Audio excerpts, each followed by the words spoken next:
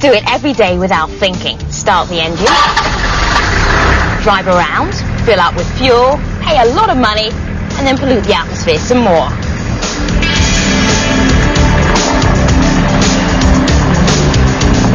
But it doesn't have to be that way. Many alternative sources of fuel are being developed.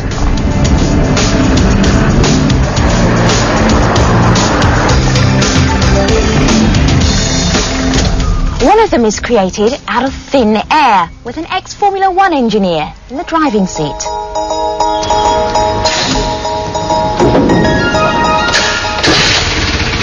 It sounds like an ordinary car, but it's not. Here in the south of France, inventor Guy Negre says he's developed a car that runs on air. No fuel necessary to power the car to speeds of 110 kilometers an hour, he maintains.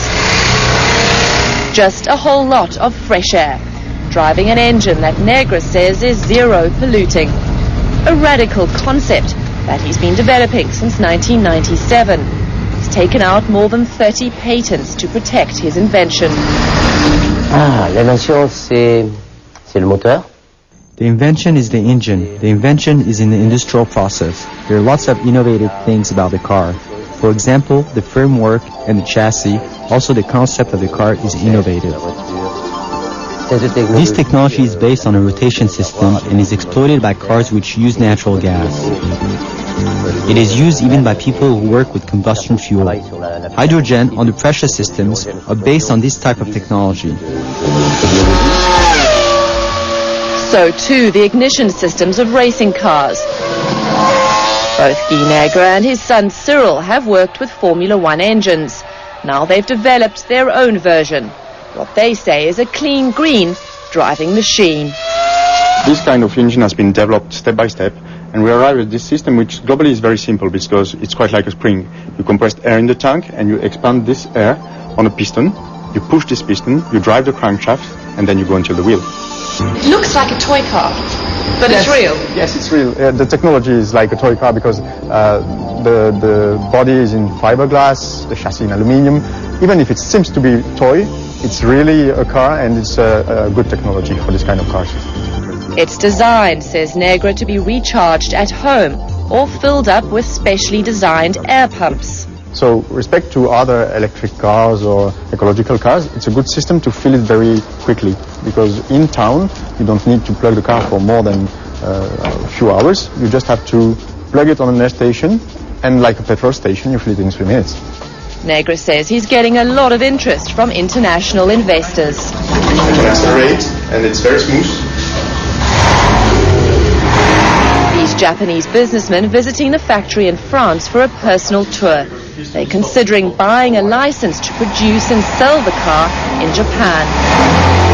Already the Negres say they've sold more than 30 licenses to investors from Mexico to Italy to South Africa, all part of their plan to roll out small local factories producing the various versions of their eco car. This taxi, one of their first air vehicles to be developed. Can we go to Nice, please? Paris, maybe. Catching a ride in a zero-pollution cab, quite an exciting prospect. So to the promise of a bus that runs on compressed air. This model built to scale, all part of a design and production process that the team says incorporates creative vision, innovative technology, and a smart business plan. This little zero-pollution vehicle called the Minicat will be one of the first versions to be produced commercially. The team here hopes it'll be on the road by the end of 2004. But it's not just ecologically viable, it's also economically friendly. The price tag is just $6,500. A very affordable price, all because the Negres say they've kept the car simple, light and compact, designed primarily for the city dweller. We've already seen a shift to some extent. The smart car that a lot of people wrote off as an expensive development project that would never gain customer acceptance, that's become tremendously popular over here. And we're seeing more and more of those in city centres where space is tight, where people want to park, and also they want a lot of fuel economy. Protecting the family purse strings just as important as protecting the environment. Il n'est pas pensable de fabriquer une voiture écologique. It is unthinkable to create an ecological car that is not also economical because people are not usually prepared to spend money to be environmentally friendly. The environment is paying a high price for our reliance on petrol-powered automobiles. It's generally agreed by scientists that gas emissions contribute towards global warming and a host of other environmental evils. I think everybody knows that it is necessary to create environmentally friendly cars. But is his vision just too good to be true, and is it safe? Some motoring experts are still skeptical about the concept. The thing is that with the air-powered car is that they must have solved quite a few technical problems that have nagged other developers. One of those is trying to compress enough air into a tank that is not dangerous and you can carry around and won't rupture in an accident, that will give you good extended range, good mileage and good economy.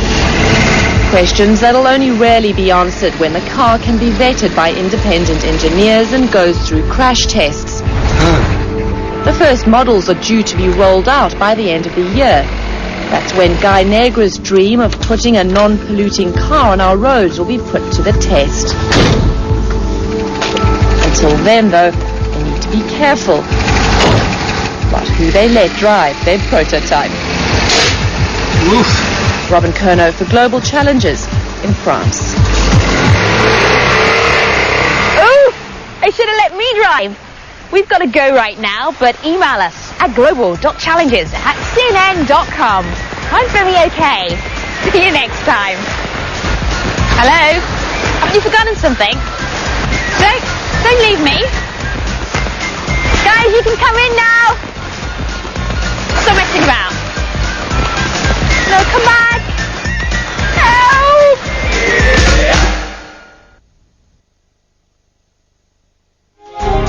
Global Challenges was sponsored by EDF.